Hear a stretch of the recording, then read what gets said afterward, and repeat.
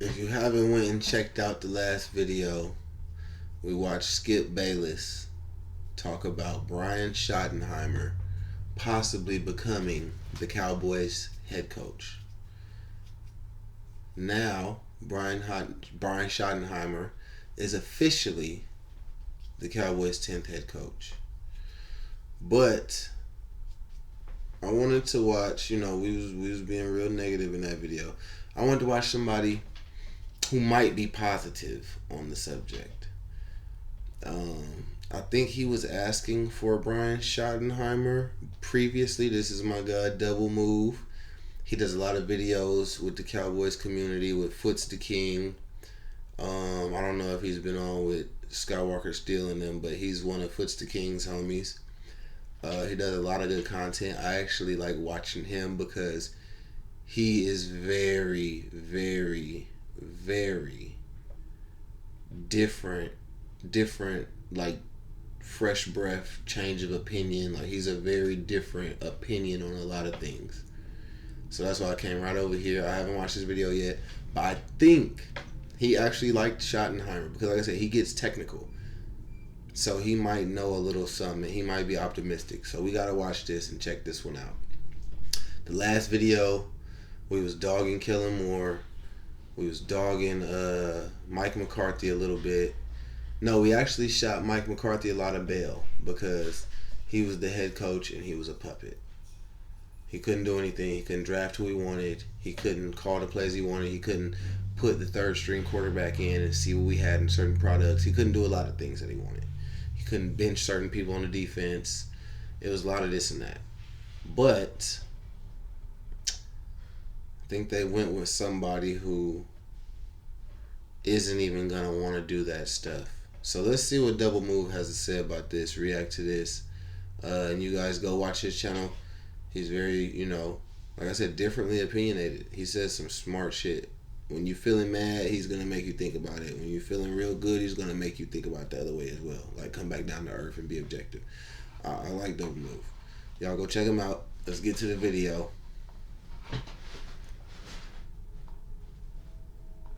They actually did it. The Cowboys did it. Is it time to have my meltdown? Don't ever tell me you want to make it to a Super Bowl, that you are serious about winning. Forget the Super Bowl, an NFC Championship game appearance. You're watching the Eagles do what they do, what the Washington Commanders are doing, and your idea is to maybe hire, Brian Schottenheimer? Uh-oh. I don't think he liked the Brian Schottenheimer move, but we're going to see. Like I said, he might be objective later. This might just be, what you got to do off the rip, off the bat. But let's see. Official, Brian Schottenheimer is the Dallas Cowboys' 10th head coach in franchise history. And going into this process, that was the last name on my mind. When they first announced that McCarthy wasn't coming back, I can promise you, I never thought of the name Brian Schottenheimer. Go back and look at my video talking about potential head coaching candidates. I mentioned him very briefly, and I think my quote was, absolutely not. So, of course they did it. It didn't make any sense, so that's the hire. A 4-year deal was reported. Not sure the numbers, the compensation yearly for that, but it is expected to be one of the lowest in terms of yearly compensation. Probably a couple extra bucks for every win, toss him a 20. About 4 bonuses a year coming his way. It's here. The Brian Schottenheimer era is here? Dude, I can't believe I'm saying that. After days of searching, long hours on the job, tons of phone calls, tons of interviews, more and more searching, turning over every rock that they could, Jerry and Stephen Jones ended up walking down the hallway, taking a right, and then the first door on their left. Yes. There was the answer. They found the answer. They found their head coach. All of that work actually paid off. All of that work just to realize that your plan after Mike McCarthy was just a few doors down from your office. Does it get much better than that? Can you believe you got so lucky Brian Schottenheimer was just available? No head coaching interviews with other teams, no offensive coordinator interviews with other teams. This is obviously sarcasm.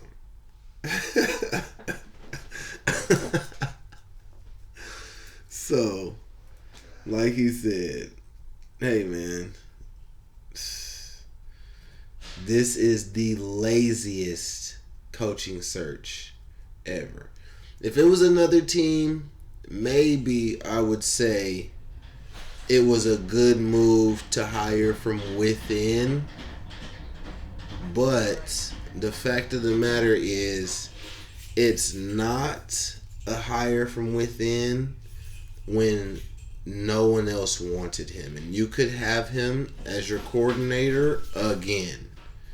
I mean, the way that Jerry and them operate, they tell coaches and coordinators, hey, this is your staff. You don't get to come in and bring a staff. Like, we'll let you do a couple things, but no, like, we are the ones who are turning the gears here. So, man, let me let him get back to the sarcasm. And, it was a little uplifting, I ain't gonna lie. It made it, made me feel a little bit better, like I told y'all, because we this is a very goofy hire, right? The facts are, we could have done a lot worse.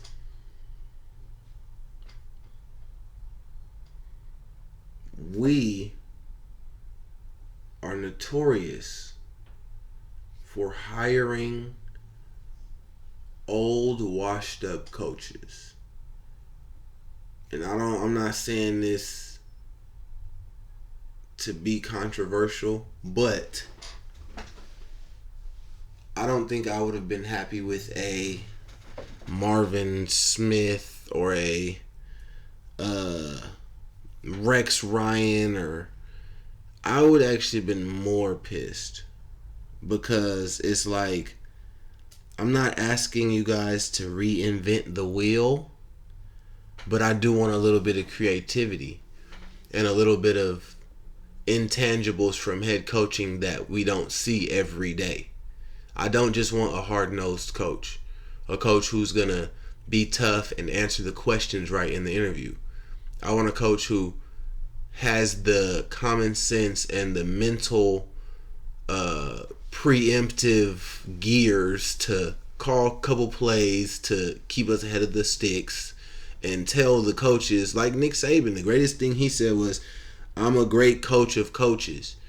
When I see a coach, like before the coach is off the tracks, when I see the coach starting to lean to one side or getting off of the tracks slightly, I make sure that I'm on him.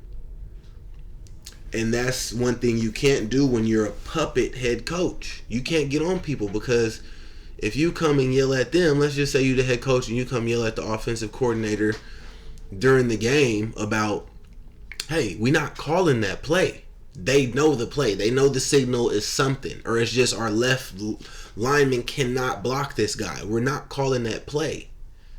After the game, this coordinator can go right to Jerry and be like, hey, he's not finna be, I thought I was calling plays. Ain't that my job title? Or is you want him to, like, it's a third party issue now. We got somebody who is higher in the authority than another guy. I can just go around you. I can circumvent you every time when you say something to me. So, it's just a tricky situation. And that is why I want to see a head coach who is not so focused on the non-necessary puppet stuff that you guys like.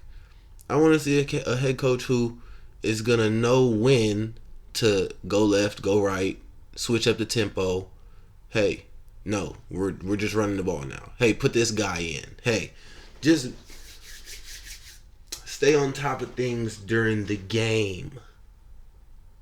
Time management, special team scenarios, and we don't have any type of creative ingenuity when it comes to that.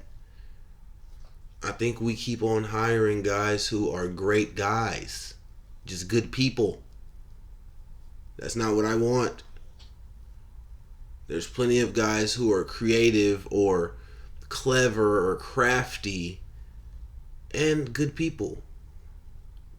So we can get one of those behind the microphone on the pedestal coaches as well, but that's secondary because Jerry is gonna want to do that in anyway. So we don't even need the figurehead, the floating head. We don't need the speaker. We got Jerry. Let's get the real X's and O's guy. But back to what Double Move is saying, man. We're gonna let him keep on talking that junk. I just had to get serious for a second.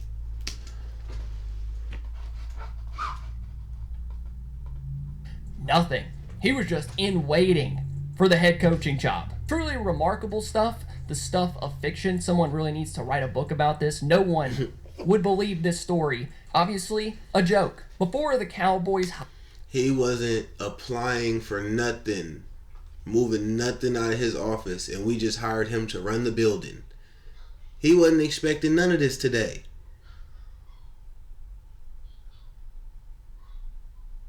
And we hired him to run the whole operation. It's crazy. Hired him. I bet a lot of Cowboys fans had honestly never even said Schottenheimer's name before. He was just the offensive coordinator, the title of offensive coordinator under Mike McCarthy. And people probably didn't know a lot about this guy unless you watched the New York Jets back in 2011. So let me give you a little bit of background on the new head coach before we talk about what is going on with this team and how having Brian Schottenheimer as the head coach changes a few things. Schottenheimer has been involved with a lot of different teams throughout his career. Obviously, he is the son of the late Marty Schottenheimer, a very good winning head coach in the NFL. But besides being the son of Marty, he does have NFL experience. He's been a quarterback's coach. He's been an offensive coordinator. He's worked for the Rams, the Jets, the Chargers. He's worked at Georgia University, the University of Georgia. I'm not sure how you even say that. The Indianapolis Colts, the Seattle Seahawks, the Jags. Obviously a coaching analyst with the Dallas Cowboys, offensive coordinator, and now the head coach. Probably his most notable.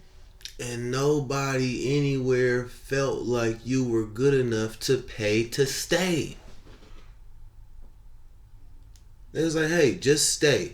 Don't keep bouncing around, lateral movement. Stay here. 2 years from now, you go from receivers coach to quarterbacks, and then after quarterbacks to, you know what I'm saying? Or hey, if you leave here from wide receivers and go to running backs, or hey, you leaving here and running backs to quarterbacks, and then you quarterbacks to OC, okay. But then once you get to OC, you shouldn't just be fumbling around in the offensive coordinator desert for 15 years. Somebody should at least allow you to fail one time. Unless once you get into that interview and it's just, hey, he's clearly not in this league. So like I said, you know, that's actually a direct tell to why Jerry might want him. Because this guy has no clue of all that stuff that I usually bump heads with regular head coaches about. This guy has no clue. He's not going to ask me. But alright, we back to my boy Double Move. Let him talk that ish.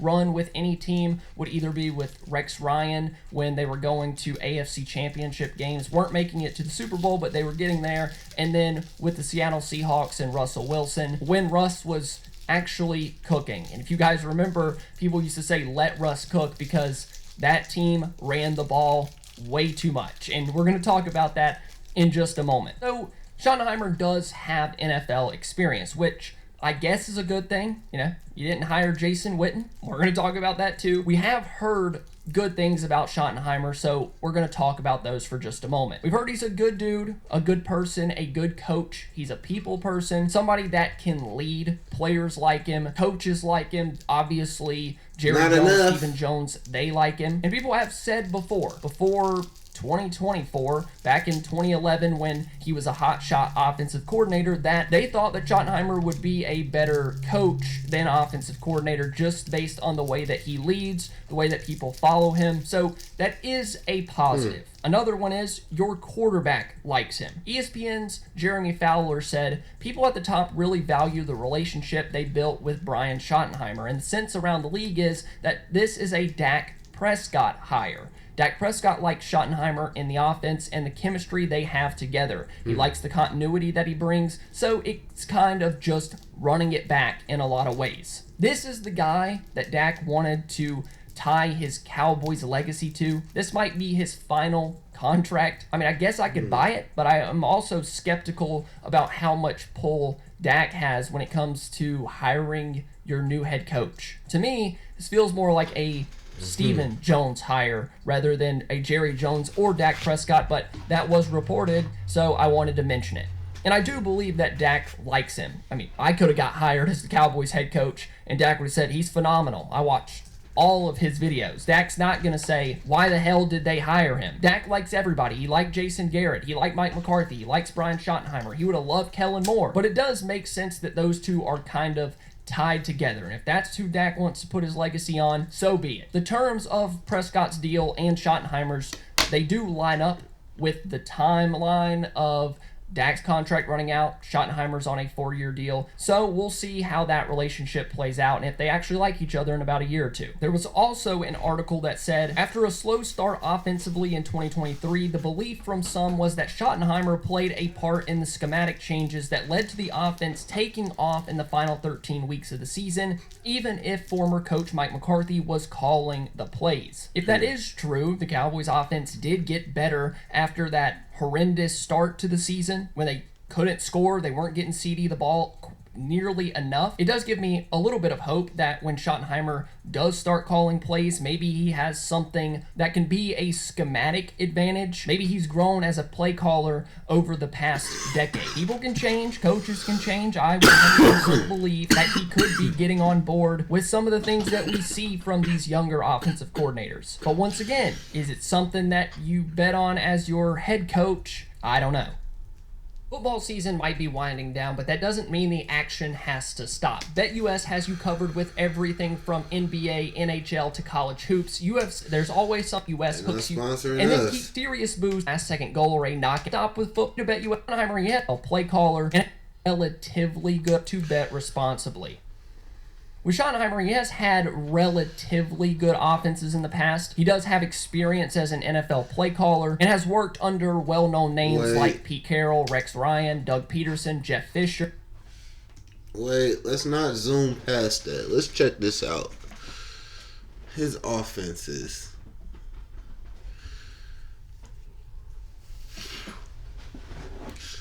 Okay. Percentage. Ill. Touchdowns.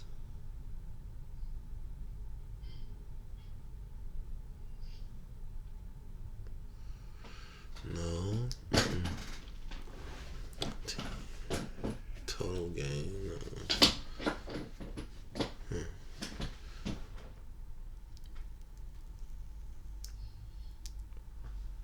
Yeah, we don't even know what these stats mean. Hold up. We deciphering the chart right now. Oh, this is position. Position in the league out of how many teams it is. Okay, so. Ew, that's fucking disgusting numbers. So, what you want to look at is the offense right here. And these numbers down here aren't stats. These numbers are where you rank within 32 teams in the league. So, yards in 2006, they were ranked 25th out of 32 teams, which is bad. You want to be closer to ones. So you see in 2009 with the Jets as the OC, he was number 1 in rushing attempts, rushing offense right here. Attempts, yards, 3rd in touchdowns, 5th in yards allowed. No. Yards average, so yeah, yards a game. You were 5th, even though you were 1st. Huh. This one is weird, the YA stat. We're not going to do this. Fumbles lost. Oh, yards. Yards after contact, I believe. So you were 5th in yards after contact. Fumbles lost 7th, which is not good.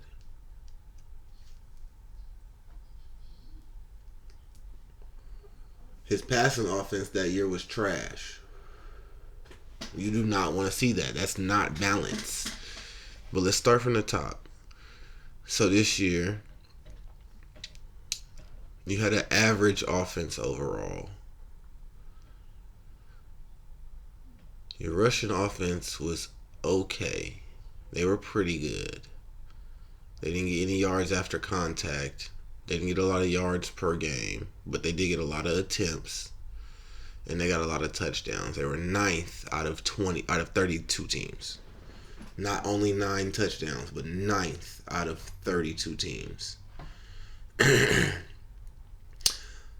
Your passing offense was middling all the way around. See, this is average. Like, I'm not going to call it middling, but this is, from the top third to the bottom, second and a half quadrant.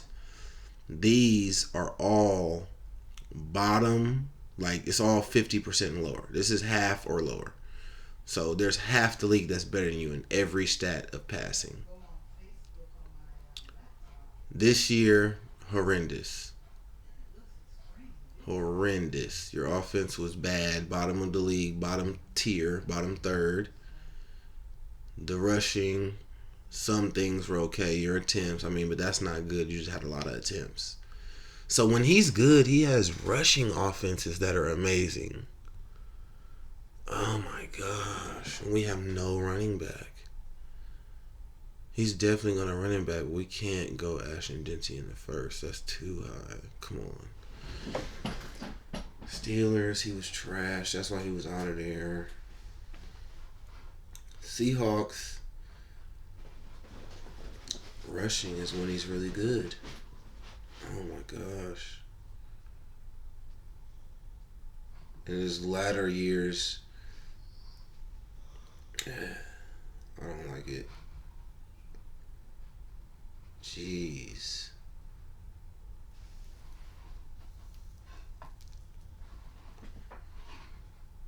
I don't even know what to say. That's why he hasn't been a head coach anywhere yet. Is because you ever been somewhere, you ever had a job where you worked with somebody and they weren't the worst worker in the building. It was just, they were just so unnoticeable as far as production. It's like, it's almost as if they never worked. Not like a lack of production, but I mean just like oh yeah, I forgot he was even here today. Like, just a guy in the building that you would never consider that they're trying very hard. This looks like a guy who is just, hey man, you haven't given us any reason to give you a promotion, but we don't have any reason to fire you.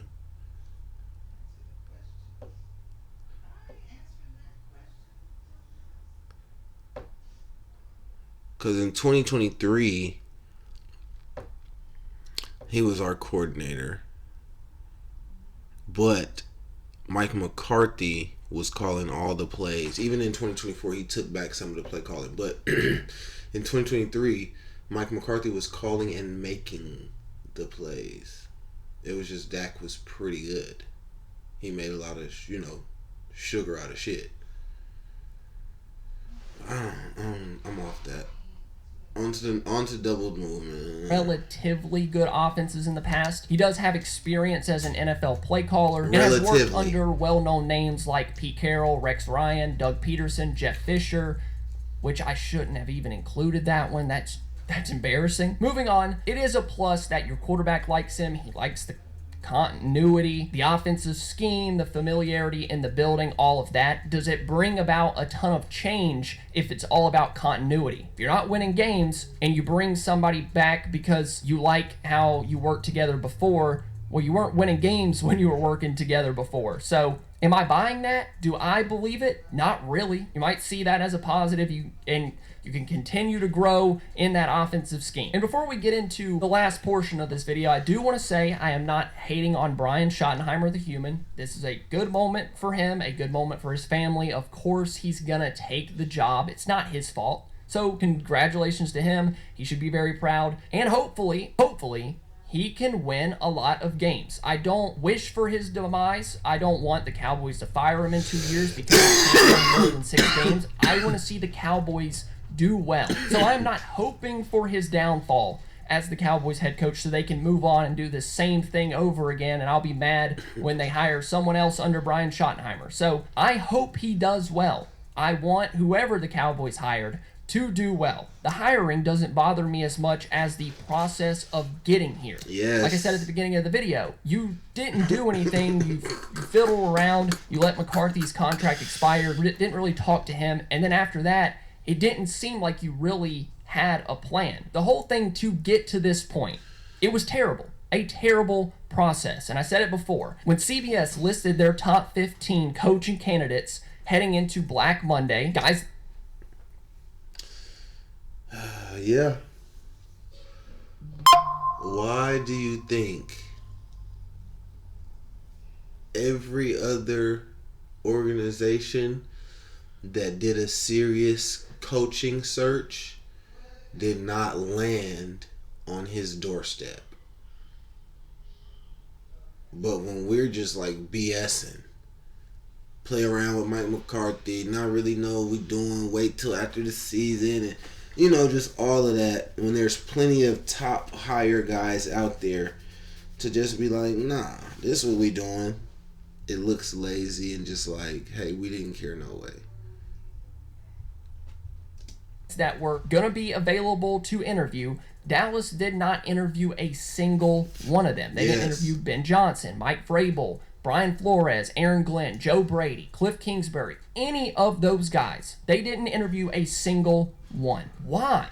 I get that you like Schottenheimer, put him at the top of your board, and go about your day interviewing other candidates. I get that you like the guy, but just like when they hired Mike McCarthy, go and interview other people. You might find out that you like another name better. If you're 80% in on Schottenheimer, you might be 85% in on Ben Johnson or Aaron Glenn, Liam Cohen, but you didn't give yourself the chance to do that. And it honestly sucks for us Cowboys fans. Jerry Jones, Stephen Jones, they don't care what we think. They want to be the smartest in the room, and if Schottenheimer gets them to a Super Bowl, which I hope they do, Jerry and Stephen's egos are going to somehow be even bigger. The windows at AT&T Stadium are going to bust out all into the parking lot. That's how big their heads are going to be. That's my whole take on it. I don't love that they hired him, but the process to get to that point was even worse. Now that he's hired, the big question is, how does this actually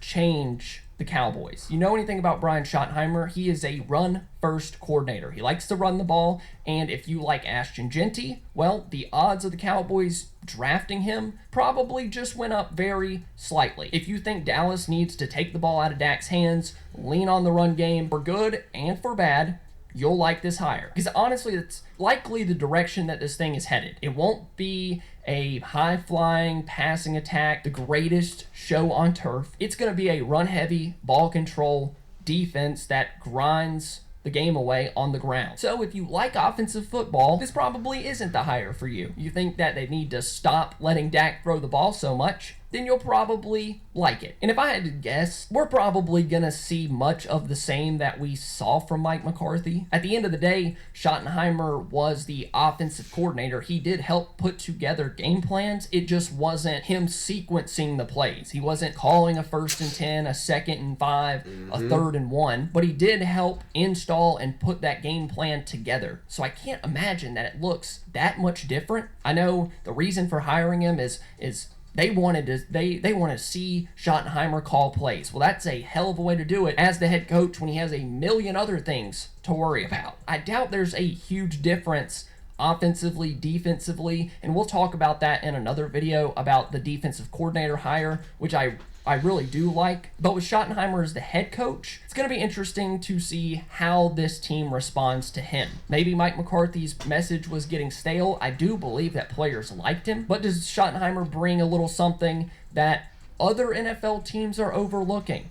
31 other billionaires, 31 other GMs. Did they just happen to miss out? What is Schottenheimer's message? Does it actually get to the team? And the big question over the next year or two is, if Jason Witten does end up getting hired and is on this staff, how long is it going to take for Jerry Jones to start undercutting Schottenheimer, their new head coach, and imagining the great Cowboys tight end take over?